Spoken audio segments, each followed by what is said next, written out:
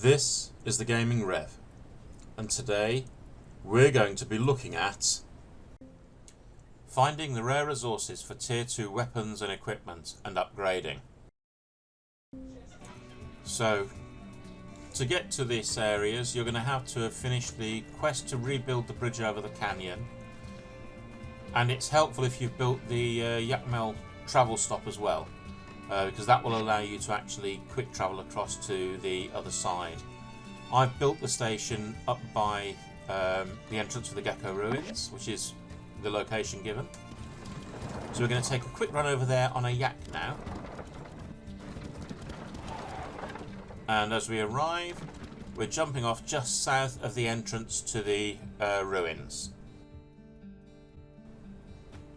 So we're going to head over towards the ruins now, and you can see the signal box, or whatever it is, by the railway junction.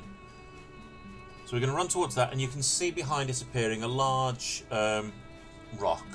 We're going to head there and go around to the right hand side.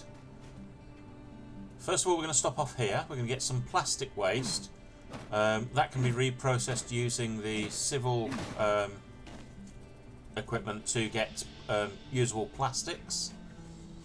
If we carry on round, we're going to see some grey crystal-like substances. There we are. And these are the raw minerals. And that will give you niter, marble, and the graphite that you need for making the steel.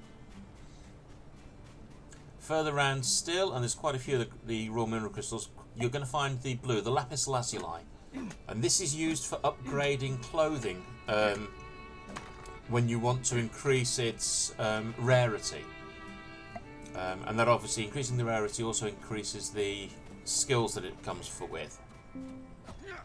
Next up is the boxing jacks. Now basically it's a kangaroo on acid that's a mixed martial artist. He is a good source of twine. In fact, he's the only source of twine that I've found other than growing jute in your garden to make it. He's quite tough. When he goes all shiny for his charged attacks, he will jump up and down to attack you, and then he will land on your head, and then he'll charge after you. So you need to dodge him twice. Our next trip, we're going to head over towards the penguin-looking things on the skyline.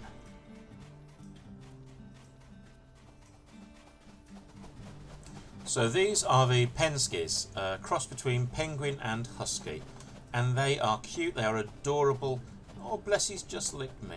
Oh, it's not going to stop me killing him though, because these guys are a really good source of coarse leather, and they also occasionally drop opals. Coarse leather is vital for upgrading some of your equipment.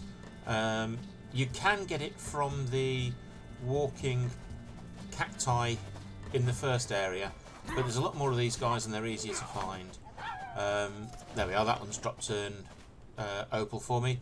They also are a source of fine hair. So next we're going to head over towards the large skeleton in the background, and there we're going to find the important item, the most valuable item I think in terms of the game at the moment, rose stone, simply because it's so hard to find.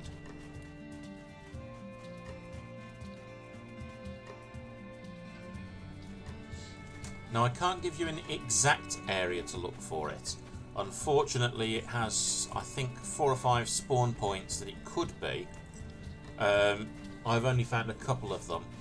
It really is a question of running around all of the skeleton and trying to find it where you can. You'll know it when you see it. It's sort of a coppery, browny substance. The same sort of colour as the scorpions, really. Now these guys are venomous little whatsits. They fire fireballs, I think it is, or electricity balls at you. They're easy enough to dodge though.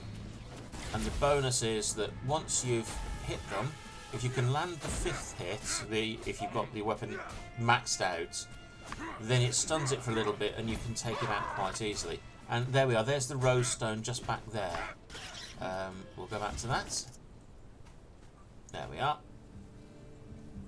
So we're going to gather it up, and that for this it's just a normal gather. Press the E button. You'll only get 2 from each one if you're lucky. You may find more than one at a time though. Somewhere under here, no. Okay. Now this is the Punished Tripian, the boss sort of level Scorpion. He's a nightmare. He shoots out, ouch, an electric field that if you're not outside it, you will take fairly significant damage. To be honest, I'm not going to do anything after this attack, so I'm just going to kill him and take the damage because I'm going back home. I've got the rose stone I wanted. I can't see any more, so I'm going to head back. And now it's just a question of running across the desert and getting back to the Yakmel station to go home.